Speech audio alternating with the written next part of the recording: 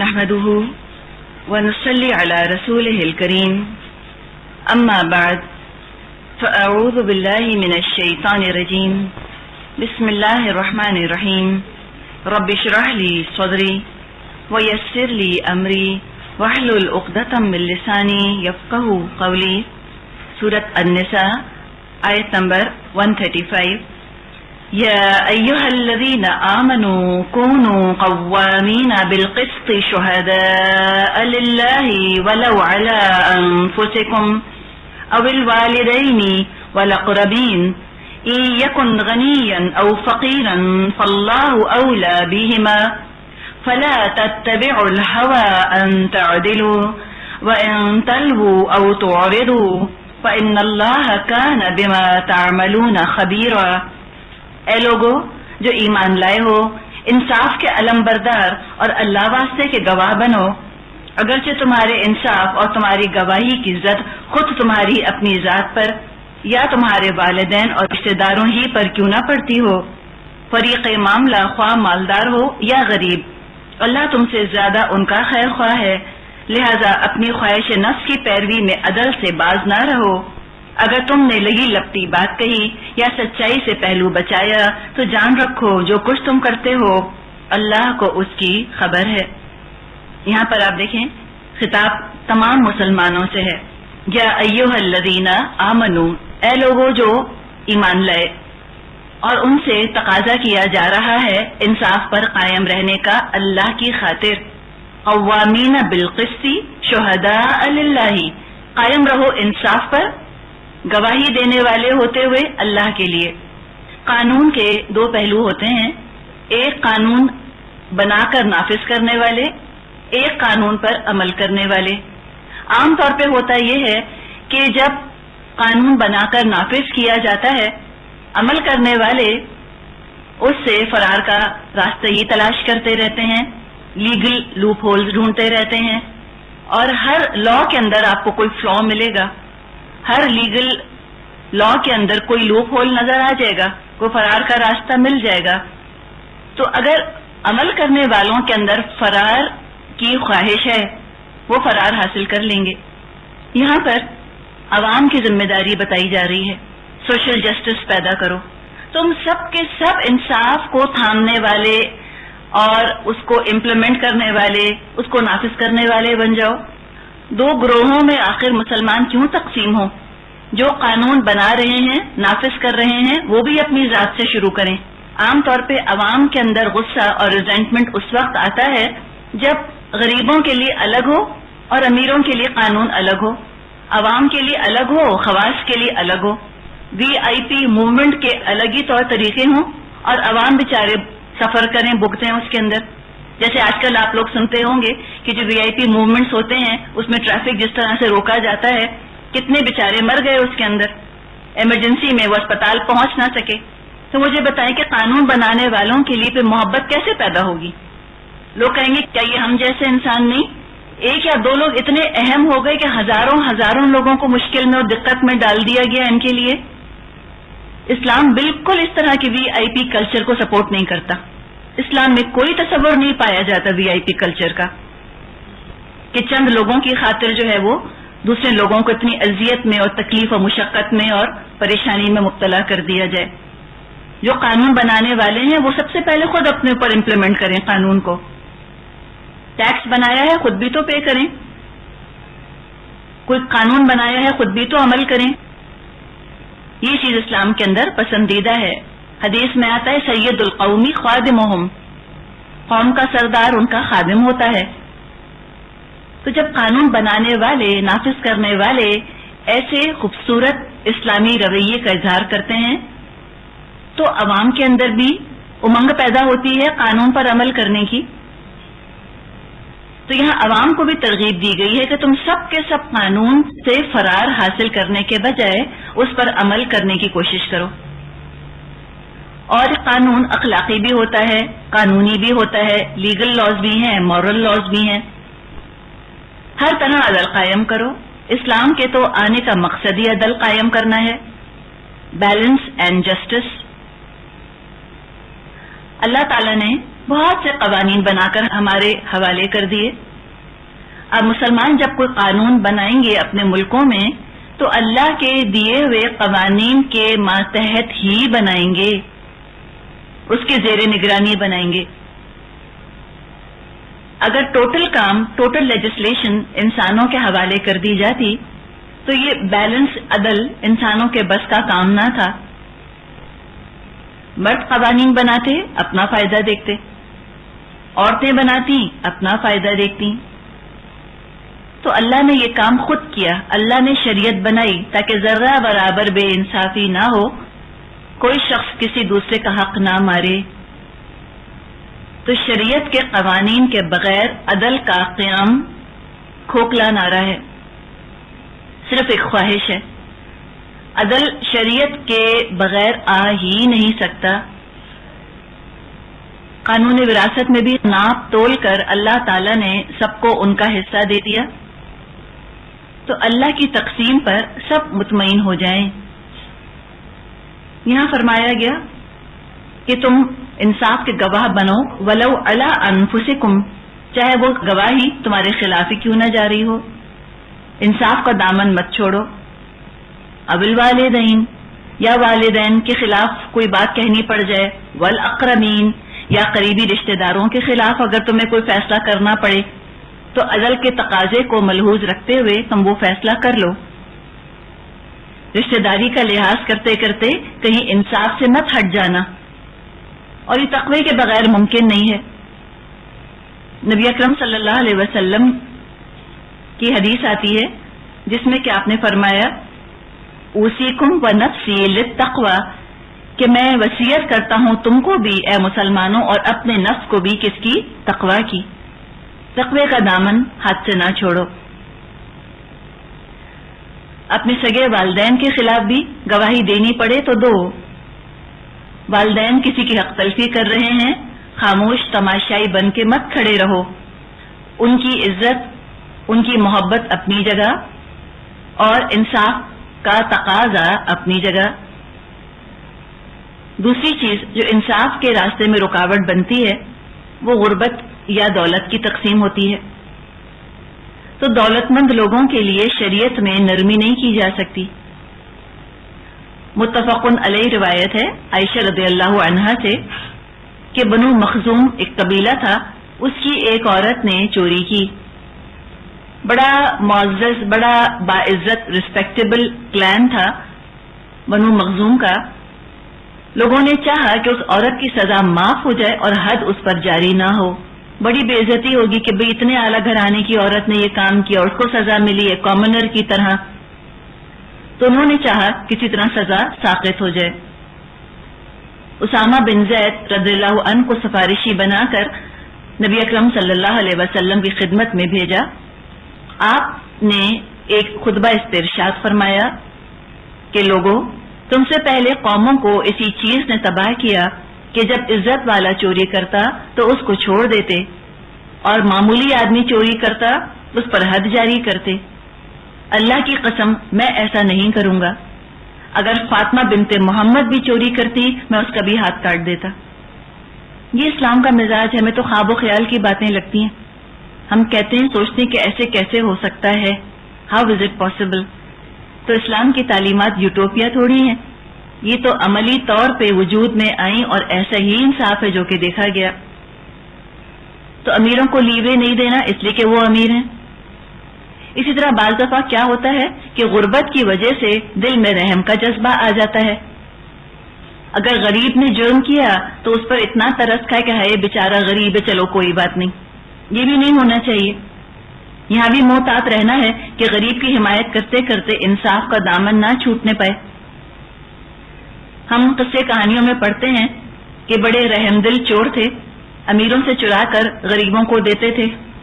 کوئی آ رہا ہے آپ کے دماغ میں؟ جی ہاں، رابن ہوڈ. اگر رابن ہوڈ ہوتا عمر رضی اللہ عنہ کے زمانے میں، اس کا ہاتھ کٹا ہوا ہوتا اور کہیں سے بھی وہ ہیرو شمار نہ کیا جاتا. یہ جرم ہے، نا انصافی ہے کہ امیروں سے پیسہ چرا کر اور غریبوں کو بانٹ دیا جائے.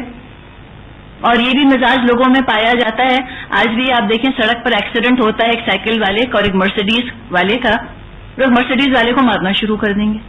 یہ دیکھے بغیر کہ بھی سائیکل والا بغیر لائٹوں کے سگنل توڑ کر غلط راستے سے غلط رخ سے آ رہا تھا، قصور اس کا تھا، لیکن صرف یہ دیکھیں گے کہ وہ بیچارہ سائیکل والا یا وہ بیچارہ رکشہ والا، اور یہ تو صاحب گاڑی والے تھے، قصور انہی کا ہوگا۔ یا اگر بس کا اور رکشہ کا ایکسیڈنٹ ہو گیا، بس جلا دیں گے، یہ دیکھے بغیر کہ قصور کس کا تھا۔ احمقانہ قسم کی جذباتی حرکتیں یہ اسلام کو پسند نہیں ہیں۔ اسلام انصاف کے بارے میں بہت حساس ہے، بہت سینسٹیو ہے، اور غلط رحم کی مس پلیسڈ سینسٹیوٹی کی اسلام میں گنجائش نہیں۔ فرمایا کہ اللہ زیادہ خیال رکھنے والا ہے امیروں اور غریبوں کا، تو کوئی انسان اللہ کے قوانین کو کھیل نہ بنائے، ان کے ساتھ ٹیمپر کرنے کی کوشش نہ کرے۔ تو دو چیزیں ان کا ذکر آ گیا جو کہ انسان کے لیے عدل میں رکاوٹ بنتی ہیں، امیر غریب کی تقسیم، ان یکن غنیا او فقیرا، اس کا ذکر آیا، والدین اقربین ان کا ذکر آیا۔ اچھا، اسی طرح جہاں ہم نے اتنی بات کی کہ اپنے رشتہ دار کا قصور ہو، بچے کا قصور ہو یا اپنے والدین کا قصور ہو تو انسان مانے، تو کہیں یہ ایکسٹریم نہ ہو جائے کہ چونکہ شکایت کی گئی ہے اب ہر حال میں اپنوں کو برا بھلا کہنا، چاہے بچے کا قصور ہو چاہے نہ ہو، چاہے امی کا کوئی قصور نہ ہو، ساس بہو کے جھگڑے میں تو امی کو ہی ہم جا کر برا بھلا کہیں نعوذ باللہ، یا ان کو ہی ہم سمجھائیں بجھائیں، نہیں، انصاف کر کے دیکھیں، تحقیق کریں قصور ہے کس کا۔ اگر اپنوں کا قصور نہیں ہے تو صرف اس وجہ سے ان کے خلاف فیصلہ نہیں دینا کہ یہ اپنے ہیں۔ یہ بھی بعض دفعہ ناانصافی ہو جاتی ہے کہ چونکہ فلاں اپنا ہے لہذا اس کو فائدہ نہیں پہنچائیں گے، جو کہ سب کا حق تھا۔ نہیں، جو جس کا حق ہے اس کو اس کا حق دے دینا چاہیے۔ ایک اور چیز جو عدل اور انصاف کے راستے میں رکاوٹ بنتی ہے وہ ہے ہوا، خواہش۔ تو فرمائے فلا تتبعوا الهوى ان تعدلوا، خواہش نفسی کی وجہ سے یہودیوں نے شریعت میں تحریف کی، اس کو ڈسٹارٹ کیا، اپنی مرضی کے مطابق اس میں تبدیلیاں پیدا کر دیں، یا نصارہ نے جیسے کیا کہ شریعت کو بالکل ہی پس پشت ڈال دیا، اگنور کر دیا، ان کی عملی زندگیوں کا کتاب اور سنت سے کوئی تعلق ہی نہ رہا۔ یہ بھی نہ کرو۔ ان تمام کمزوریوں سے بچنے کی تلقین کی گئی ہے مسلمانوں کو، اور حقیقت ہے کہ دنیا میں کتنی ہم پولیس بنا دیں، عدالتیں بنا دیں، اگر انڈیویجولی انفرادی طور پہ انصاف قائم کرنے کا جذبہ ہر انسان میں نہیں ہے، کبھی انصاف قائم نہیں ہوگا، کبھی پولیس فائدہ نہیں دے گی، جرائم بڑھتے ہی چلے جائیں گے، کرائم فری معاشرہ نہیں بن سکے گا جب تک کہ انفرادی طور پہ انسان خود انصاف پر قائم رہنے کا فیصلہ نہ کرے۔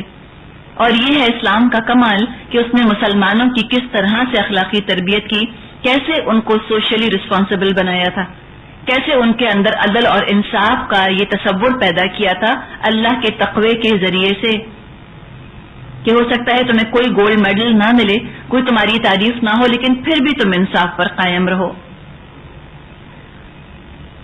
اہل ایمان اپنی زندگیوں میں عدل قائم کریں، رشتوں میں عدل قائم کریں، گھروں کے اندر عدل ہو، انصاف کو حد الامکان قائم کریں، اور پھر معاشرے میں انصاف ہو۔ نہ صرف خود انصاف قائم کرو، دوسروں کو بھی انصاف کی دعوت دو۔ اس عدل کی حیرت انگیز مثالیں خلفاء راشدین کے زمانے میں ہم کو ملتی ہیں۔ ایک دفعہ مال غنیمت میں کچھ کپڑا آیا اور مسلمانوں کے اندر وہ تقسیم کر دیا گیا۔ عمر رضی اللہ عنہ خلیفہ تھے، ان کو بھی کپڑا ملا، انہوں نے بھی کرتا بنایا۔ ایک دفعہ ایک شخص نے مجلس میں کھڑے ہو کر عمر رضی اللہ عنہ سے پوچھا کہ عمر، تم تو اتنے لمبے ہو، تمہارا کرتا اتنے ہی کپڑے میں کیسے بن گیا جتنے میں ہمارا بنا؟ تو اس سے عمر رضی اللہ عنہ نے فرمایا کہ میرا بیٹا اس کا جواب دے گا، عبداللہ بن عمر۔ انہوں نے کہا کہ میں نے اپنے حصے کا کپڑا اپنے والد کو دے دیا تھا اور دونوں کا ملا کر انہوں نے پھر اپنا کرتا بنایا ہے۔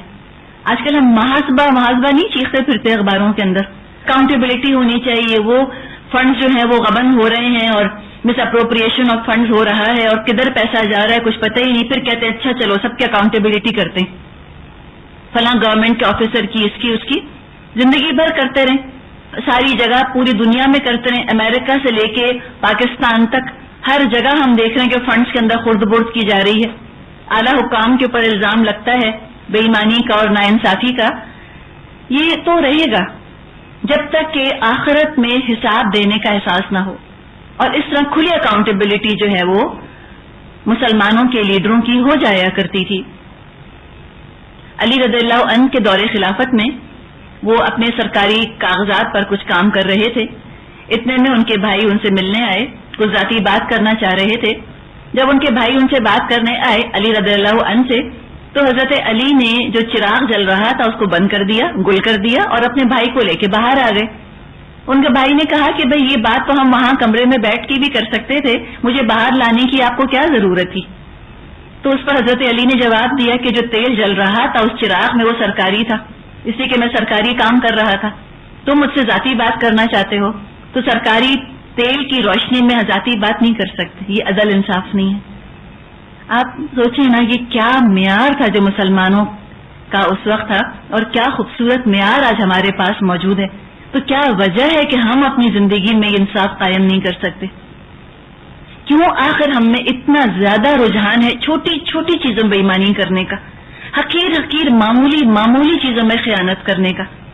اس لیے کہ اوپر سے خول ایک لبادہ تو ہم نے اوڑھ لیا ہے مذہبیت کا، لیکن وہ دین نہیں ہے نا. امن آسن دینن، وہ چیز نہیں ہے نا، وہ ابھی جھکنے والی کیفیت نہیں ہے، ایمان اندر نہیں گیا. اس لیے ہمارے اندر وہ حس نہیں ہے، مورل بیلنس نہیں ہے ہمارے اندر کہ ہمیں کیسے خود بغیر کسی کے دیکھے کیسے اپنے آپ کو قابو میں رکھنا ہے. ہمیں خود میری ذاتی ذمہ داری میں ایمانداری کا ثبوت دوں، کوئی دیکھے نہ دیکھے. ہم اس وقت تک ایماندار رہتے ہیں جب تک میرا فائدہ ہے، اور جو ہی کچھ نقصان سامنے آنے لگتا ہے جھٹ ایمانداری کو چھوڑ دیتے ہیں، امانت کو چھوڑ دیتے ہیں، کہتے ہیں ذرا سی خیانت کر لو بعد میں معافی مانگ لیں گے. یہ طریقہ اللہ کو بالکل پسند نہیں. بعض دفعہ ذمہ داریاں جب ڈالی جاتی ہیں یوں محسوس ہوتا ہے کہ جیسے اللہ تعالیٰ اپنوں سے بات کر رہا ہے. جب اپنے ہوتے ہیں ان سے خاص طرح کی توقعات ہوتی ہیں. فرمایا یا ایھا الذین آمنوا کونوا قوامین للہ شہداء بالقسط ولا یجرمنکم شنآن قوم علی الا تعدلوا اعدلوا هو اقرب للتقوی واتقوا اللہ ان اللہ خبیر بما تعملون. اے لوگو جو ایمان لائے ہو، اللہ کی خاطر سچائی پر قائم رہنے والے اور انصاف کی گواہی دینے والے بنو. کسی گروہ کی دشمنی تم کو اتنا مشتعل نہ کر دے کہ انصاف سے پھر جاؤ. عدل کرو، یہ خدا ترسی سے زیادہ مناسبت رکھتا ہے. اللہ سے ڈر کر کام کرتے رہو، جو کچھ تم کرتے ہو اللہ اس سے پوری طرح باخبر ہے. یوں محسوس ہوتا ہے کہ جیسے کہ انسان کسی ایک بہت مہذب اور سویلائزڈ اور بڑے اعلیٰ خاندانی انسان سے کچھ توقعات رکھتا ہے. ایسی توقعات ہیں اللہ کو ایمان والوں سے.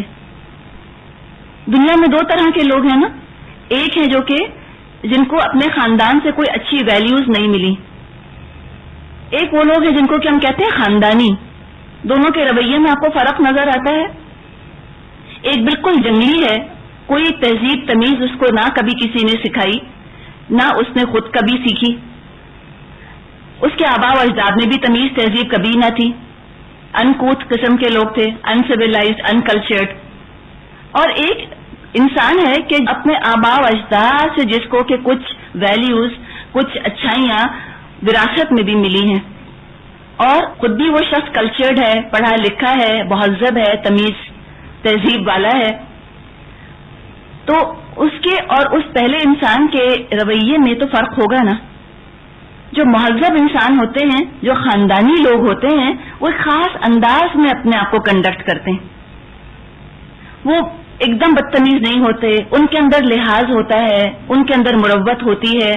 ایک دم منہ پھاڑ کے وہ بات نہیں کرتے، وہ زبان سے گندے الفاظ نہیں نکالتے، گالیاں کبھی نہیں دیں گے. یہ خاندانی ہونے کی نشانیاں ہیں نا. اور جن کو ہم نیچ کہیں، اعمال کے لحاظ سے وہ بات کریں گے تو گالیاں دیں گے. آپ بعض دفعہ سنتی ہوں گی کہ نوکروں کو کچھ لوگ گالیاں دیتے ہیں، یا نعوذ باللہ اپنے بچوں تک کو گالیاں دے کر بات کرتے ہیں نا. تو یہ تو ظاہر ہے تو خاندانی ہونے کی علامتیں تو نہیں ہیں.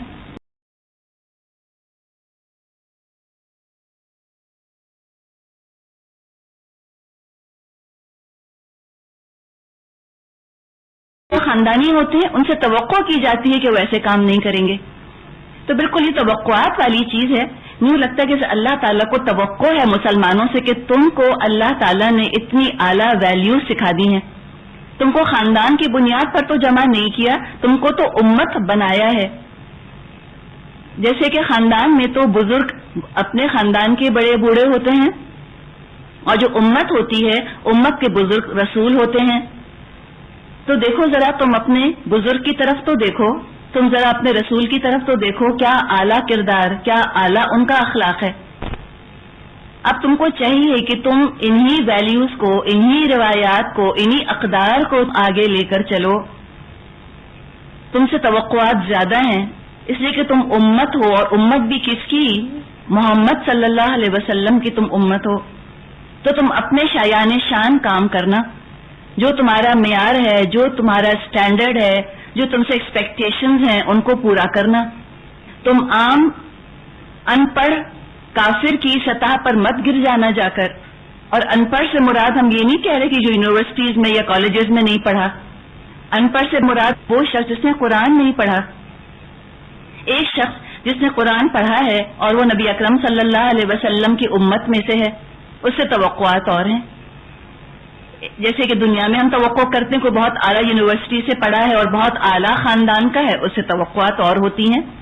ایک سچویشن ہے, اب آپ توقع یہ کریں گے کہ ایک جاہل کو تو غصہ آ جائے گا, وہ گالیاں بکنے پر آمادہ ہو جائے گا, لیکن ایک مہذب انسان یہ کام نہیں کرے گا. ٹھیک ہے نا, توقع کی جاتی ہے نا. وہ ایک شخص جو کہ نہ قرآن کا پڑھا ہوا ہے, نہ نبی اکرم صلی اللہ علیہ وسلم سے اس کا کوئی واسطہ ہے, کوئی ذہنی جذباتی لنک نہیں اس کا, کوئی نظریاتی رابطہ نہیں نبی اکرم صلی اللہ علیہ وسلم سے. وہ جس طرح کے رویے کا اظہار کرتا ہے, جس طرح کا بیہیویئر ڈسپلے کرتا ہے اس میں, اور اے مسلمانوں تم میں بڑا فرق ہونا چاہیے. تم کون ہو یاد ہے تمہیں؟ جعلناکم امتا وسط کنتم خیر امت, تم تو بہترین امت ہو. اے مسلمانوں یاد ہے نا تمہیں کہ تم بہترین امت ہو؟ تم تو پڑھے لکھے ہو, تم قرآن پڑھتے ہو, تم کو تو بہت سی اعلیٰ اقدار ملی ہیں اپنے نبی صلی اللہ علیہ وسلم سے. تو تم تو عام انسانوں کی طرح ظلم اور زیادتی پر آمادہ ہو نہیں سکتے. کوئی تمہیں پرووک اگر کرے بھی تو تم تو اپنے مقام کے شایان شان رویے کا اظہار کرو گے. تم ریئیکشنری نہیں ہوگے, تم انتقامی کارروائیاں نہیں کرو گے, تم اپنے مرتبے سے, خیر امت کے مرتبے سے نہیں گرو گے. جیسے بعض دفعہ انسان کو بہت غصہ بھی اگر آ رہا ہو اور آپ کہیں پبلک میں ہوں اور آپ کو لوگ جانتے ہوں, بعض دفعہ انسان صرف اپنے مقام کی وجہ سے ایک خاص طرح کے رویے کا اظہار کرنے پر مجبور ہو جاتا ہے کہ بھئی اگر میں نے اس طرح کا کام کیا تو لوگ کیا کہیں گے. لوگوں کا خوف آتا ہے نا. اسی طرح جو اللہ کی نظر میں اس کا ایک خاص مقام ہے خیر امت, اور جو اللہ کی توقعات ہیں اس سے, وہ جب کوئی کام کرتا ہے چاہے وہ تنہائی میں ہو چاہے لوگوں کے درمیان, اس کو خیال یہ آتا ہے کہ اللہ دیکھ رہا ہے نا. اگر میں نے اس طرح سے بات کی تو اللہ تو دیکھ رہا ہے, میں نے ایسے رویے کا اگر مظاہرہ کیا تو اللہ تو دیکھ رہا ہے. تو یہاں پر یوں سمجھیں کہ وہ جو ہم کو فضیلت اللہ نے دی ہے, خیر امت ہم کو بنایا ہے. سورہ حج میں فرمایا ہے سماکم المسلمین, تمہارا تو نام رکھا ہے مسلم. فرمایا ہے هو اجتباکم, تمہارا تو سلیکشن ہو گیا ہے اے مسلمانوں, اللہ نے تو تم کو چن لیا ہے. تم عام انسانوں کی طرح تھوڑی ہو, تم جذباتی ہو کر یا تم کاہل ہو کے, لیزی ہو کے تم تھوڑی زندگیاں گزار سکتے ہو. تم سے تو خاص توقعات ہیں. تو یہاں ہم سے کہا گیا کہ اے لوگوں جو ایمان لائے ہو, کونو, ہو جاؤ, ہو جاؤ. امر ہے, حکم ہے یہاں پر, اور اس حکم میں اتنی خوبصورتی ہے, مشورہ بھی ہے, ہدایت بھی ہے, توقع بھی ہے, حکم بھی ہے. ہر چیز آپ کو اس کونو کے اندر ملے گی. کوکس نہیں کرتا کوئی کسی کو کہ شاباش شاباش کرو, یو کین ڈو اٹ, اور تمہارا کام بھی ہے, تمہیں تو کرنا ہی ہے. یہ سارے درجے کوکسنگ سے لے کر اور امپیریٹو تک کے آپ کو تمام شیئرز نظر آئیں گے, جیسے کہ ہمت افزائی کسی کی جا رہی ہو کہ آف کورس تم کر سکتے ہو, کرو, کونو, ہو جاؤ. کیا ہو جاؤ؟ قوامینا, نگرانی کرنے والے. نگرانی کرنے والے ہو جاؤ. کس کے لیے؟ ایک نگرانی ایک تو ہوتا ہے نا معمولی چوکیدار، ہو سکتا ہے جو 2-4 پیسے کی نگرانی کرتا ہو، یا ایک ہوتا ہے معمولی چوکیدار جو کسی معمولی انسان کا چوکیدار ہو. سیکیورٹی گارڈ بھی تو الگ الگ ہوتے ہیں نا. ایک سیکیورٹی گارڈ ہو سکتا ہے جو میرے اور آپ کے گھر پہ کھڑا ہو، اور ایک سیکیورٹی وہ ہے جو پریزیڈنٹس کے لیے ہوتی ہے. تو فرق ہے نا سیکیورٹی گارڈ اور سیکیورٹی گارڈ میں. تو یوں سمجھے کہ ہم کو سیکیورٹی کی ایک جاب آفر کی جا رہی ہے کہ تم کو ذمہ داری دی جا رہی ہے. اور کس کی امپلائمنٹ ہے؟ نوکری کس کی ہے؟ للہ، اللہ کے لیے. للہیت پیدا کرو، للہیت. اب جب اللہ کے لیے ہم کو ایک ڈیوٹی انجام دینی ہے تو مجھے بتائیں پھر کیا 24 گھنٹے میں سے کوئی لمحہ ایسا ہو سکتا ہے کہ ہم غافل رہ جائیں اس چیز سے، یا ہم کسی خصوصی صورتحال کا انتظار کریں کہ ہم کہیں کہ ہم سے کہا گیا ہے کہ تم ہو جاؤ نگرانی کرنے والے، قائم رہنے والے ہو جاؤ. قوام کے 2 معنی کیے جاتے ہیں، نگرانی کرنے والا اور قائم رہنے والا. نگرانی بھی سمجھے کہ ایک دوام ہے، اس کے اندر مسلسل نگرانی کی جاتی ہے نا. سرویلنس تو کانسٹنٹ رہتی ہے چیز. اچھا، قائم رہنے میں بھی مسلسل کا اور دوام کا مفہوم پایا جاتا ہے. کنٹینیولی تم یہ کام کرو، مسلسل تم کام کرو، ہمیشہ قائم رہو، ہمیشہ نگرانی کرو. کس کے لیے کرو؟ اللہ کے لیے کرو. اور کرنا کیا ہے؟ شہداء بالقسط، گواہ بن جاؤ انصاف کے. تم گواہ بن جاؤ انصاف کے. یہ ڈیوٹی ہے. ہمیں انصاف کی نگرانی کرنے کا حکم دیا جا رہا ہے. یوں محسوس ہوتا ہے کہ شاید اس سے بھاری ذمہ داری اور نہیں ہو سکتی. ہم سمجھتے ہیں کہ نماز پڑھنا بھاری ہے یا پردہ کرنا کوئی بھاری ہے. ہم یہ سمجھتے ہیں نا، یا روزے رکھ لینا کوئی بھاری ذمہ داری ہے. نہیں. کیوں نہیں ہے؟ اس لیے کہ کبھی کبھی کرنا ہوتا ہے نا یہ کام. نماز کتنی پڑھنی؟ 5 دفعہ ہی تو پڑھنی ہے دن میں. پردہ کتنا کرنا ہے؟ جب نامحرم کے سامنے جائیں تبھی تو کرنا ہے. اور حج کتنا کرنا ہے؟ زندگی میں 1 دفعہ. روزے کتنے رکھنے؟ سال میں 1 دفعہ، 30 روزے بس. یہ کام کیسا ہے مجھے بتائیں کہ آپ کو انصاف کی نگرانی کرنی ہے، آپ کو انصاف کی سرویلنس کرنی ہے. یہ کام کیسا ہے؟ آپ اپنے آپ کو آمنو سمجھتے ہیں؟ کون کون سمجھتا ہے اپنے آپ کو یا ایھا الذین آمنو؟ سمجھنا چاہیے. اس کا مطلب ہے کہ ہم ذمہ داری لینے کو تیار نہیں. بات تو یہ ہے نا. اگر ہم یہ کہتے ہیں کہ ہم کہتے ہیں یا ایھا الذین آمنو، کون کس کو بلایا؟ میں نے پیچھے مڑ کے دیکھا، ہم نے کہا یہاں نہیں ہے کوئی آمنو، یہاں کوئی نہیں رہتا. ذمہ داری جو نہیں لینی. اور جب کہا جائے کہ جنت میں کس کو جانا ہے، آمنو تو کتنے ہوں گے؟ تو جب ملنے کی امید ہو سب ایمان والے، اور جب دینے کی امید ہو تو چند ایمان والے. تو یہ تو ایمان نہ ہوا نا. نہیں، آپ سب کہیں کہ میں ہوں ایمان والی، مجھ کو اللہ نے بلایا ہے. ہم سب ایمان والے ہیں، تبھی تو یہاں بیٹھے ہیں، ورنہ ہم بیٹھتے کیوں یہاں پر آ کر؟ تو ہم سب کی ذمہ داری یہ ہے نا. اور آپ میں سے ایک میں آپ کو 2 سیکنڈ 3 سیکنڈ دیتی ہوں، آپ اس ذمہ داری کو اپنے کندھوں پر محسوس کیجئے. میں اپنے آپ سے کہتی ہوں میں ہما ہوں. اللہ نے مجھ سے کہا ہے کہ تم نگرانی کرنے والی بن جاؤ انصاف کی. اب ذرا سوچیں تو، ایک کندھے پر یہ ذمہ داری ہے کہ آپ کو انصاف کی نگرانی کرنی ہے. کیا کیا چیزیں آ گئیں؟ دوسروں کے حقوق کی نگرانی کرنی ہے. کسی کا حق نہیں مار سکتی. یہ نہیں ہو سکتا کہ گھر میں جن رشتوں میں ہم بندھی ہوئی ہیں، ہم اپنی ساس کا حق مار لیں، یا ہم نند کا حق مار لیں، یا ہم ماں باپ کا یا بھابھی کا، یا جو بھی رشتے ہیں جو آپ کے ذہن میں آتے ہیں. سب کے حقوق کی آپ کو نگرانی کرنی ہے. آپ کو نگرانی کرنی ہے. اور نگرانی کرنے والا کیسا ہوتا ہے؟ وہ بے چین ہوتا ہے اور اس کے ارد گرد لوگ امن میں ہوتے ہیں. یہ بڑا فائدہ ہوتا ہے سیکیورٹی کا. گارڈ جاگ رہا ہوتا ہے اور ہم گھر میں سو رہے ہوتے ہیں مثال کے طور پہ. تو جو نگرانی کرنے والے ہوتے ہیں ان کی زندگی میں چین کہاں؟ ان کی زندگی میں آرام طلبی کدھر ہے؟ نگرانی کرنے والا اگر آرام طلب ہو جائے اور وہ چین کی نیند اور وہ ٹانگیں پھیلا کر سونے والا بن جائے تو باقی اس کے ارد گرد جو لوگ ہیں وہ خطرات میں گر جائیں.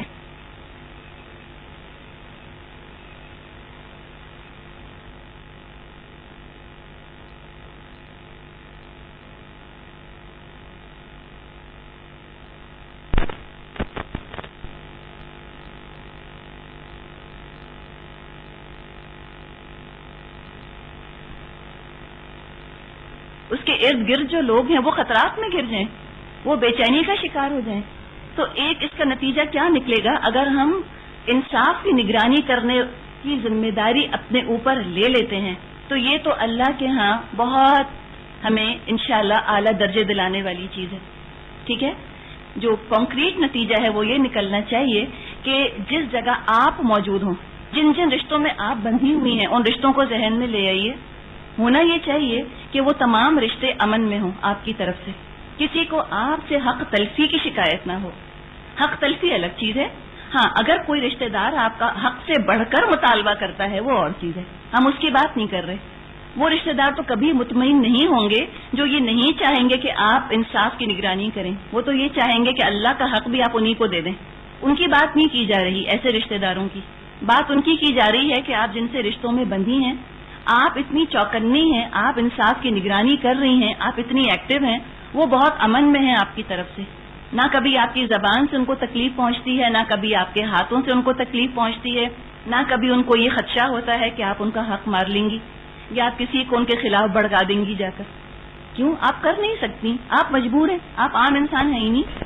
آپ تو قوامین ہیں، قوامین للہ ہیں، شہداء بالقسط. یہ تو رتبہ اللہ نے دیا ہے، یہ کام کرنے کی تو اللہ تعالیٰ نے ہمیں ترغیب دی ہے، ہمیں تو یہ کرنا ہے، حقوق کی نگرانی انسانوں کے. تو آپ چاہے اپنے آپ کو مشقت مشکل میں ڈالیں، آپ اپنے ارد گرد کے لوگوں کو بے چین نہیں کریں گی. توقعات ان کی آپ سے ہوں گی، آپ توقعات پوری کریں گی. اور اگر اس ذمہ داری کو ادا کرنے میں، لوگوں کے حقوق کی نگرانی کرنے میں اگر آپ کو کبھی اپنے چند حقوق کی قربانی دینی پڑ جائے تو دے دیجئے، تو دے دیجئے، کوئی بات نہیں. کیوں دے دیں؟ ہم کہیں وائے للہ، اللہ کے لیے دے دیجئے. اللہ دیکھ رہا ہے، جس کی آپ نے نوکری کی ہے وہ آپ کو بہت کچھ اور دے دے گا، بہت بڑھ چڑھ کر وہ آپ کو دے دے گا. فکر مت کریں، لاس کا کوئی سودا نہیں کیا گیا. تھوڑی سی اپنی آرام کی قربانی، تھوڑے سے اپنے حق کی قربانی، تھوڑے اپنے جذبات کی قربانی یہ تو دینی پڑے گی. اس لیے کہ ذمہ داری اللہ نے اتنی بڑی جو رکھ دی میرے کندھوں پر، تو اب میں کیا کروں؟ میں تو منع نہیں کروں گی، میں کیوں منع کروں؟ آنر اتنا بڑا اللہ نے مجھ کو دیا. دوسری چیز، اللہ کے حقوق کی نگرانی کرنے والے، یہ بھی تو پھر دیکھنا ہے کہ نہ میں اپنے رب کے حقوق میں کمی کروں، نہ میں کسی اور کو کرنے دوں، اپنی طرف سے کوشش کروں. اور یہ مضمون چلتا چلا آ رہا ہے نا سورہ نساء سے، یہ کام تو ہمیں کرنا ہی ہے. ساتھ ساتھ کوئی اگر مقدمہ آپ کے پاس لے کر آتا ہے، اور ہم تو کوئی جج نہیں بیٹھے عدالت کے اندر، گھریلو عدالتوں کے اندر کوئی مقدمہ آیا تو آپ کو انصاف کے ساتھ فیصلہ کرنا ہے. یہ تو یوں سمجھیں کہ گھریلو سطح پر بات ہو گئی. اور بتائیے آگے نکلی، اب یہ ہم انڈیویجول رشتوں میں تو نہیں جڑے ہوئے، کہیں اجتماعی کاموں کے اندر بھی تو ہم جڑے ہوتے ہیں. آگے بڑھ کر ہم نے کوئی نہ کوئی ذمہ داری اور بھی اپنے اوپر لی ہوئی ہوتی ہے. کسی ادارے میں آپ کام کر رہی ہیں، امپلائی ہیں، وہاں کے رولز اینڈ ریگولیشنز ہیں. اب انصاف کے ساتھ آپ کو وہاں پر کام کرنا ہے. عام طور پہ کیا ہوتا ہے، جب کسی ادارے میں ہم جاتے ہیں، ہم کہتے ہیں ہم اس شخص کے لیے کام کر رہے ہیں، رہنے دیں اس شخص کو. قوامین للہ، مفتی محمد شفیع رحمۃ اللہ علیہ کی تفسیر اگر آپ دیکھیں اس آیت کی، اس میں انہوں نے اس قدر لمبی فہرست دی ہے اور اتنی خوبصورت تفسیر انہوں نے کی ہے، ہر چیز لے آئے ہیں اس کے اندر. انہوں نے کہا کہ کورٹ میں جا کر گواہی دینا بہت بڑی ذمہ داری ہے. الیکشنز ہوں اس میں ووٹ دینا، یہ گواہی ہے آپ کی، یہ گواہی ہے نا. شہداء بالقسط، آپ کو گواہی دینی ہے انصاف کے ساتھ. آپ ووٹ اس کو دیں جس کو آپ سمجھتے ہیں کہ یہ بالکل صحیح ملک چلا سکتا ہے. ورنہ اگر آپ نے غلط انسان کو ووٹ دے دیا تو اول تو خیانت ہے، ووٹ امانت ہوتا ہے، آپ نے خیانت کی. اور دوسری چیز جھوٹی گواہی دی، بڑا وبال ہے اس کا. اس کے نیچے وہ آتے ہیں ٹیچرز کے اوپر، استادوں کے اوپر، وہ کہتے ہیں پرچوں کے اوپر نمبر لگانا یہ گواہی ہے. انصاف کے ساتھ آپ کو نمبر لگانے ہیں. اگر آپ نے پارشیلٹی کی، کوئی زیادہ اچھا لگ گیا اسٹوڈنٹ، اس کو زیادہ نمبر دے دیے جان بوجھ کے. دیکھیں انسان ہونے کے ناطے خطا کا امکان ہر جگہ ہے. لا یکلف اللہ نفسا الا وسعها، اللہ کسی انسان پر اس کی وسعت سے زیادہ بوجھ نہیں ڈالتا. اب یہ آنے پائی کا حساب کرنے کی اللہ تعالیٰ کی طرف سے ہم سے توقع نہیں کی جا رہی. مراد ہے کہ اپنی طرف سے آپ نے بھرپور کوشش کر لی اور آپ نے نمبر لگائے اپنی طرف سے سوچ سمجھ کے محنت کر کے، یہ گواہی ہے. سرٹیفکیٹ جو دیا جاتا ہے گواہی ہے. تو آپ سمجھیں کہ کتنی بڑی ذمہ داری ہے سرٹیفکیٹ دینا. آپ ایک طرح کی ایویڈنس پیش کر رہی ہیں کہ ہاں یہ ریکوائرمنٹس جو ہم نے رکھے تھے یہ ریکوائرمنٹس انہوں نے پورے کیے ہیں، تبھی وہ دیا جا سکتا ہے۔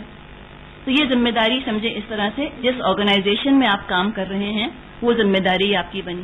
انصاف کے ساتھ جتنا وقت آپ نے کہا ہے کہ میں اتنا وقت لگاؤں گی اس نوکری میں، 9 to 5 اگر جاب ہے 9 to 5 آپ کو رکنا ہے، انلیس اینڈ انٹل کوئی انتہائی مجبوری ہو گئی۔ یہ ہم کر نہیں سکتے کہ ہم کہیں کہ ہم آج نہیں آ سکتے، کل نہیں آ سکتے، یا ہم نے ٹھیک ہے کمٹمنٹ تو اتنے گھنٹے کا کیا تھا ہم، لیکن اتنے گھنٹے نہیں آئیں گے، ہم 2 گھنٹے آئیں گے، ہم 1 گھنٹہ آئیں گے، یا آ کر سو جائیں گے۔ یہ کیا ہوا؟ کون دیکھے گا آپ کو؟ ہو سکتا ہے کوئی بھی نہ دیکھے، ہو سکتا ہے کوئی آپ کو پکڑ نہ سکے، لیکن یہ دراصل کیا ہے؟ اللہ کے لیے۔ اور جب اللہ کے لیے انسان آتا ہے تو ہم ایسے پھنستے ہیں اس کے اندر۔ کہیں نوکری کر رہے ہیں نا پیسے لے کر، اس سے بڑا آسان ہے، وہ تنخواہ کاٹ لیں گے آپ کی، چلو ٹھیک ہے 1 دن کی تنخواہ کاٹ لی۔ جب انسان والنٹیرلی کوئی کام کر رہا ہوتا ہے، اور والنٹیئر بھی کس کے لیے؟ اللہ کے لیے والنٹیئر کرتا ہے۔ نحن انصار اللہ، جب وہ کہتا ہے کہ ہم اللہ کے مددگار ہیں، اس کے پاس تو یہ آپشن بھی نہیں ہے کہ وہ کسی دن گھر بیٹھ جائے آرام سے، دنیا میں تنخواہ بھی نہیں کٹے گی اس کی۔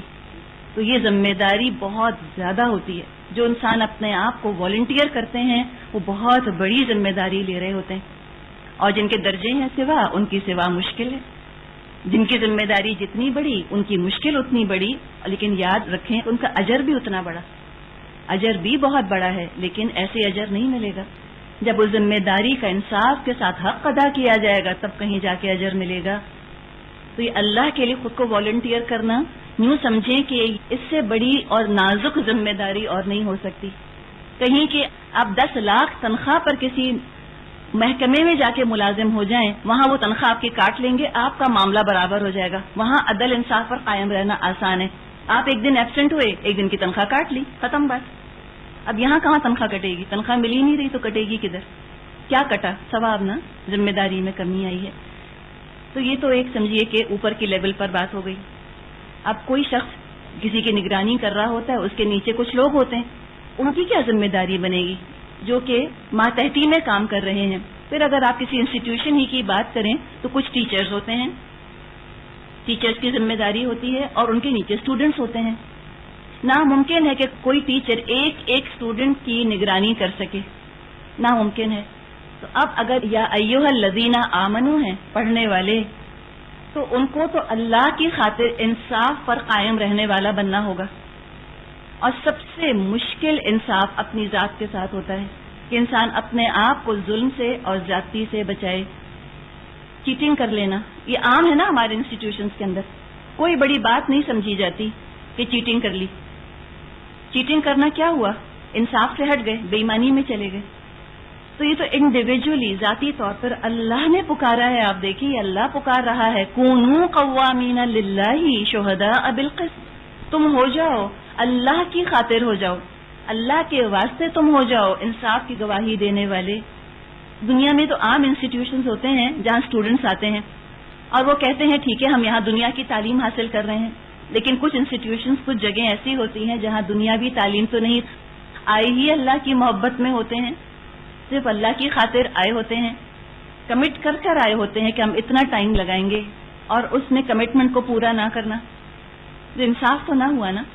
آپ نے اپنے ساتھ انصاف نہ کیا۔ آپ نے کہا مثال کے طور پہ کہ ہم اتنے مہینے لگا کر یہ سیکھیں گے، اتنے مہینوں میں سے اگر آپ 6 مہینے نہ آئے، غیر حاضر رہے، لیٹ آتے رہے، وقت کی پابندی نہ کی، انصاف نہیں کیا، نتیجہ کیا نکلتا ہے؟ چند لوگ بے انصافی کرتے ہیں، سارے نظام پر اس کا اثر پڑتا ہے۔ اردو محاورے میں ہم کہتے ہیں نا کہ ایک مچھلی سارے تالاب کو گندا کر دیتی ہے۔ چند ہوتے ہیں جو اصول توڑتے ہیں، رولز توڑتے ہیں، انصاف نہیں کرتے ان قوانین کے ساتھ جنہوں نے ان کو بلایا ہوتا ہے، بلا کر انوائٹ کر کے بٹھایا ہوتا ہے، کوئی چیز آفر کی ہوتی ہے، وہ ان کے ساتھ ناانصافی کرنے لگ جاتے ہیں، ٹائم نہیں پورا دیتے، مثال کے طور پہ کمٹمنٹ پوری نہیں کرتے۔ کیا ہوا؟ سارا نظام خراب ہوا چند کی وجہ سے، اور یہ ہوتا ہے تبھی کام نہیں ہو پاتا، کمٹمنٹ کی کمی کی وجہ سے، انصاف نہیں پوری طرح کر رہے ہوتے، یا یہ سوچا کہ چلو کہیں سے ادھر سے ادھر سے پوچھ پاچھ کے کوئی ہیلا بہانہ کر لو، کسی نہ کسی طرح، بس جیسے کالجز وغیرہ میں ہم دیکھتے ہیں کہ بس پاس ہو جاؤ، نمبر آ جانے چاہیے۔ اب وہ نمبر جو سامنے آئے ہیں کیا پتا وہ بے انصافی سے، بددیانتی سے یا خیانت کر کے لیے گئے ہوں۔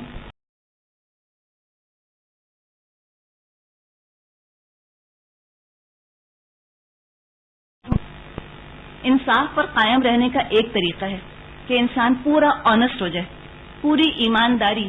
آمنو سے ہی تو ایمانداری ہے نا. اگر ایمان والے ایماندار نہیں ہوں گے تو مجھے بتائیں پھر ایماندار کہاں ہوں گے؟ اگر یا ایھا الذین آمنو ایماندار نہیں ہے تو ایماندار کہاں ملیں گے دنیا میں؟ اور کتنے افسوس کی بات ہے کہ آج یا ایھا الذین آمنو ایمانداری سے خالی ہیں، اور ساری ایمانداری آپ کو آج کافروں کے پاس ملے گی. کتنے کمیٹڈ ہیں وہ، کتنے ڈیڈیکیٹڈ ہیں. جو ہے وہ ہے، ماننا ہوگا. تو ایمانداری کا اور انصاف پر قائم رہنے کا تو ایک ہی طریقہ ہے، آنےسٹی. آنےسٹی کے ساتھ کام کرنا ہے اور اللہ کے لیے کرنا ہے، اللہ کے لیے کرنا ہے. اگر اللہ کا تقوی ہے تو ایمانداری کر سکیں گے تنہائی میں بھی، ورنہ نہیں کر سکیں گے. بے ایمانی کے 10 طریقے. بے ایمانی تو اپنے آپ کو ایسے طریقوں سے ری انوینٹ کرتی رہتی ہے. آپ کوئی رولز اور ریگولیشنز بنائیں، اس میں آپ کہیں کہ اچھا لوگوں کو بے ایمانی سے روکنے کے لیے، چیٹنگ سے یا فلاں فلاں سے روکنے کے لیے ہم یہ لاز بناتے ہیں. انسان کا دماغ جب شیطان کے ساتھ مل جاتا ہے تو پھر وہ ایسا فرٹائل ہو جاتا ہے بے ایمانی کے اندر کہ آپ ایک چیز کو روکنے کے لیے لاز بنائیں، وہ کوئی اور طریقہ نکال لیں گے. تو بے ایمانی اپنے آپ کو طرح طرح سے ری انوینٹ کرتی ہے، شرک کی طرح سے. شرک آپ کو پتا ہے نا، شرک ہر زمانے میں فارم چینج کر کے آتا ہے، ایک نئے روپ میں سامنے آتا ہے. توحید نے کبھی اپنا کوئی فارم چینج نہیں کیا. توحید ایک ہی ہے، ہمیشہ سے ایک جیسی ہے، اس نے کوئی اپنا روپ نہیں بدلا. شرک نے اپنے کئی روپ بدلے ہیں.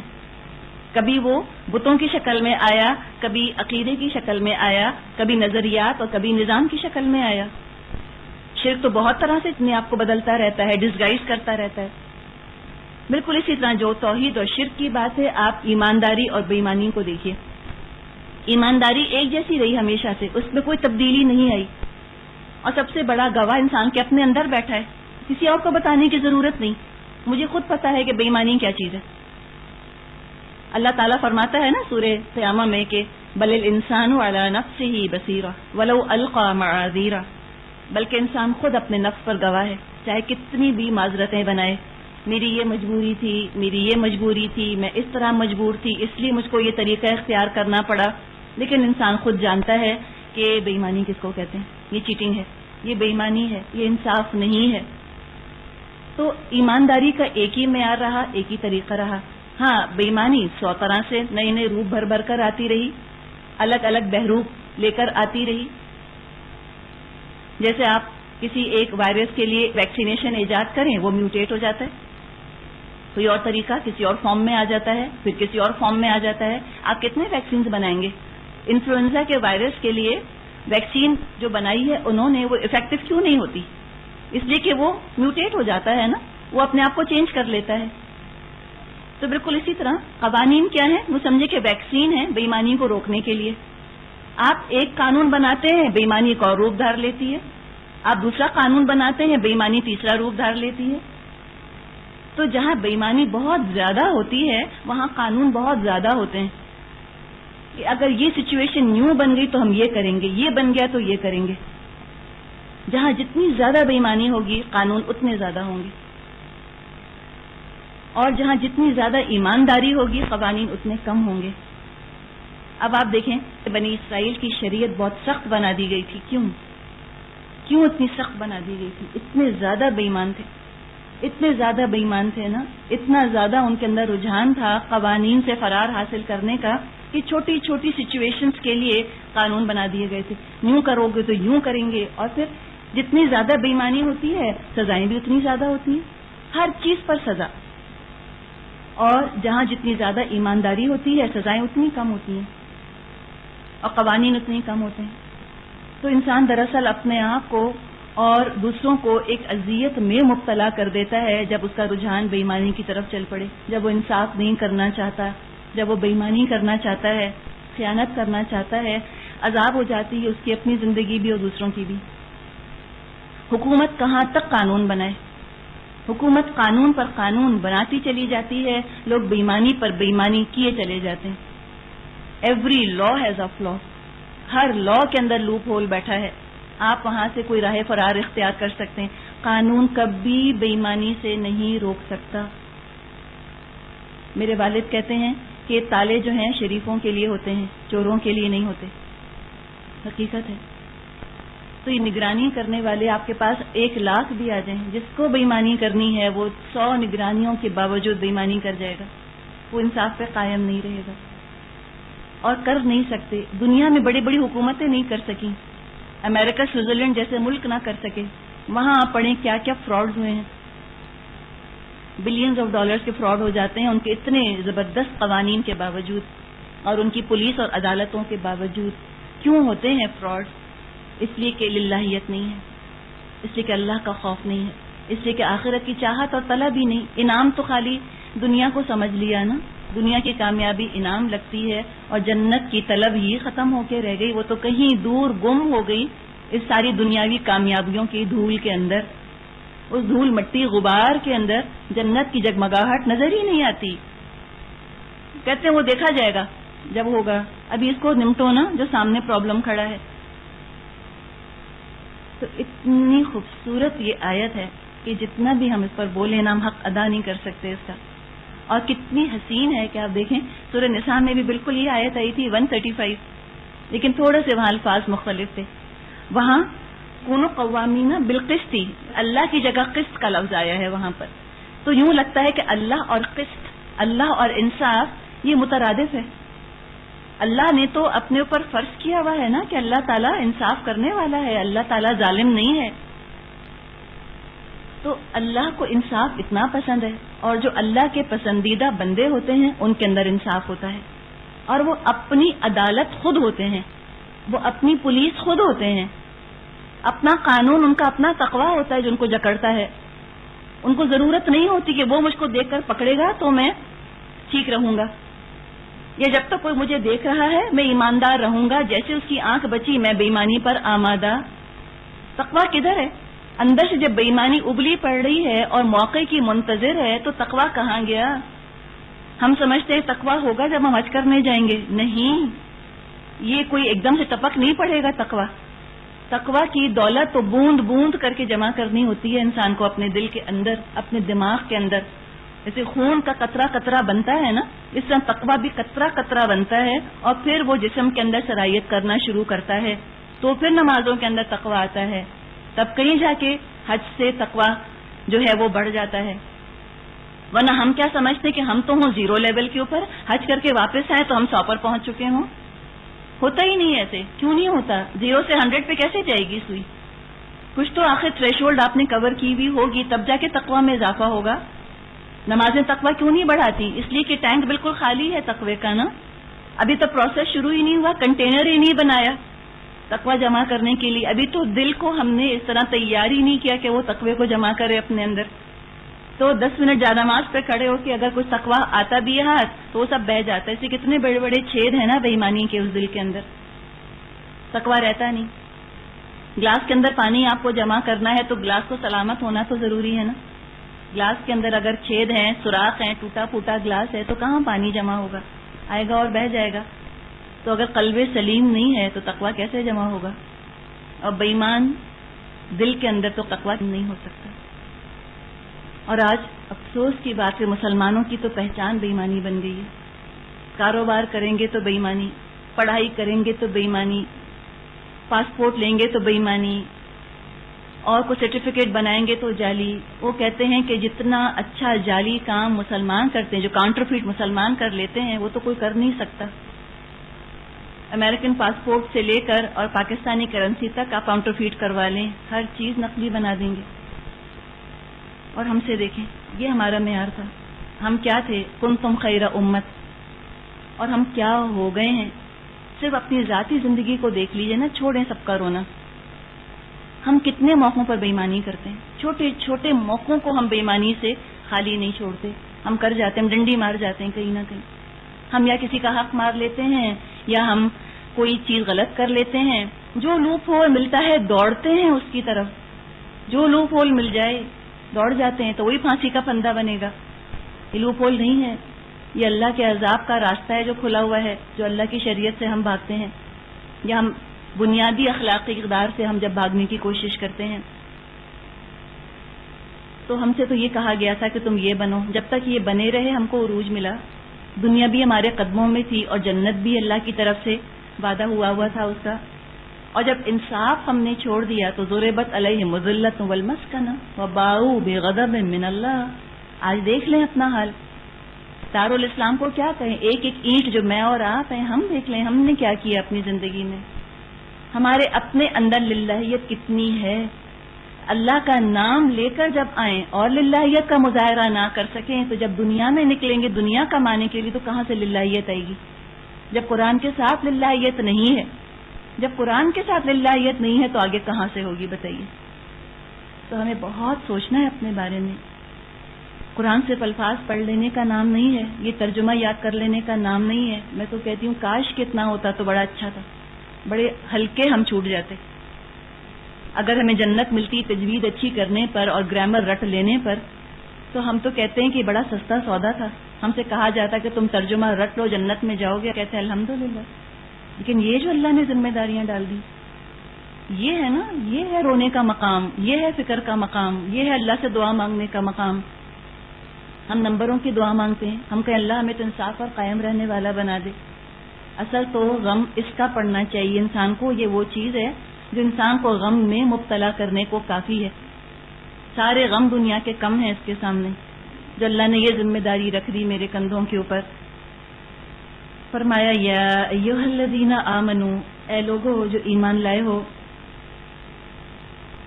کونوا قوامین للہ شہداء بالقسط، اللہ کی خاطر سچائی پر قائم رہنے والے اور انصاف کی گواہی دینے والے بنو. سورہ نساء آیت 135 میں تھا کونوا قوامین بالقسط شہداء للہ. تو اللہ اور قسط سمجھے مترادف کے طور پر ہے. یہ انسان کی فطرت کا تقاضا ہے. کسی معاشرے میں عدل انصاف قائم کرنا یہ انسان کی اپنی طلب ہے. اس کی نفسیات میں یہ چیز شامل ہے. ہم دوسرے کے ساتھ انصاف کریں یا نہ کریں، ہمیں یہ چاہیے ہوتا ہے کہ لوگ میرے ساتھ انصاف ضرور کریں. اگر ہمارے بچے کو 1 نمبر کم مل گیا، مس نے کیلکولیشن میں گڑبڑ کر دی ٹیچر نے، ہم فوراً ٹیچر کے پاس جاتے ہیں یا بچے کو بھیجتے ہیں کہ تم کو 9 ملنے چاہیے تھے، تمہیں 8 ملے. کہتے ہیں اگر ہمارے بچے کو غلطی سے 8 کے بجائے 9 مل گئے تو ہم جاتے ہیں، تو ہم بچے سے کہتے ہیں کہ مس نے مس کیلکولیٹ کر لیا تمہاری ٹیچر نے، تم جا کے ٹیچر کو بتاؤ کہ ٹیچر میرے مارکس اتنے نہیں اتنے ہیں. یہ ہم کرتے ہیں. کہاں ہے انصاف بتائیں؟ شروع تو یہاں سے کرنا ہے نا. تو جب ہم اپنے ساتھ انصاف چاہتے ہیں تو ہم کو چاہیے کہ ہم دوسروں کے ساتھ بھی انصاف کریں. اور الحمدللہ یہ چیز پیدا ہوتی ہے. جو ہمارا فرسٹ بیچ تھا اس میں کچھ اسٹوڈنٹس تھیں ہماری بہت ماشاءاللہ بہت اچھا پڑھنے والی، تقریباً ان کے فل نمبر فہم میں آتے تھے. ان میں ہم نے فہم میں اس زمانے میں ایک سوال رکھا تھا 5 نمبر کا کہ آپ کو جو تجوید کے کیسٹ دیے گئے ہیں وہ آپ کو گھر میں سننے ہیں 3 دفعہ، یا پتہ نہیں یاد نہیں رہا مجھے کتنی دفعہ. وہ لکھ دیتی تھیں کہ ہم 3 دفعہ نہیں سن سکیں. ان کے نمبر کٹتے تھے، اس پر فل نمبر آنے سے رہ جاتے تھے ان کے، صرف کس وجہ سے کہ تجوید کا کیسٹ نہیں سنا. اور ہم نے تو نہیں دیکھا، انہوں نے گواہی دی تو ہمیں پتہ چلا. الحمدللہ یہ اسپرٹ ہے نا. دنیا میں 2 نمبر اگر انہوں نے چھوڑے یا 5 نمبر بھی چھوڑے، سچ تو بولا، وہ جھوٹ لکھ دیتی کیا میں نے سن لیا 5 دفعہ، تو ہم کہاں جا رہے تھے چیک کرنے ان کے گھر. یہ چیز جو پیدا ہونا یہ ہے تقویٰ. یہ چیز اگر آپ لے کے نکل گئی اس کورس سے، آپ بہت کچھ لے کے چلی گئی یہاں سے. اگر تقویٰ نہیں ملا اور آپ کو فرسٹ پوزیشن بھی یہاں مل گئی بغیر تقوی کے ملی، کوئی فائدہ نہیں ہے. کون امپریس ہوگا اس سے؟ نہ ہم امپریس ہوتے ہیں اور اللہ تو بالکل ہی نہیں ہوگا. تو دیکھیں کیا لینے آئے ہیں یہاں پر. ہمیں چاہیے کیا قرآن پڑھ کے، کس چیز کی طلب میں آئے ہیں؟ اللہ کی یاد میں، اللہ کی تڑپ میں آئی ہیں نا. تو للہیت کو ہم کیسے بھول جائیں گے بتائیے؟ پھر ہم جو ہے وہ ریٹرک میں اور روزمرہ کے نٹ پکنگ کے اندر رہ جاتے ہیں. یہ 1 نمبر، وہ 2 نمبر. ہم کن چکروں میں ہیں؟ ہاں اگر آپ کا حق مارا گیا آپ ضرور بتائیے، لیکن اگر آپ کو آپ کے حق سے زیادہ ملا تو بھی بتائیے. اور اگر آپ کا حق نہیں تھا تو دعویٰ مت کیجیے کہ میرا حق ہے یہ 5 نمبر. آپ کا حق نہیں ہے اگر آپ نے وہ کام نہیں کیا جو آپ سے کرنے کو کہا گیا اور آپ نے غلط کلیم کیا کہ ہاں میں نے یہ کام کر لیا، تو آپ نے تو پھر انصاف کی گواہی نہ دی. ہمیشہ سے انسانوں نے انصاف چاہا، اور اسلام کی جو شریعت ہے یہی تو اس کی خوبصورتی ہے. دین جو اپنے اکمال کو پہنچا ہے، اتمام کو پہنچا ہے، اپنے پرفیکشن کو، کمپلیشن کو جو دین اسلام پہنچا وہ انصاف کی وجہ سے پہنچا ہے. جیسے اللہ تعالیٰ نے حصے بکھرے کیے ہیں حقوق کے اور ذمہ داریوں کے، رائٹس اینڈ رسپانسبلٹیز اللہ نے جس طرح ڈیوائڈ کی ہیں عورتوں پہ، مردوں پہ، حکمرانوں پر اور ماتحتوں پر، وہ تو کمال ہے، وہ تو خود معجزہ ہے اسلام کی شریعت انصاف کے پوائنٹ آف ویو سے۔ اور اسلام کا سلوگن ہے ہی عدل، انصاف۔ اسلام کبھی اکوالٹی کا نعرہ نہیں لگاتا، برابری نہیں کہتا، اسلام تو کہتا ہی ہے عدل، عدل ہونا چاہیے۔ اس لیے کہ بعض دفعہ اکوالٹی عدل کے بجائے بڑا ظلم بن جاتی ہے۔ اسلام ظلم مٹانے آیا ہے، ہر طرح کا ظلم مٹانے آیا ہے۔ اسلام چاہتا ہے انصاف کا اور عدل کا دور دورہ ہو۔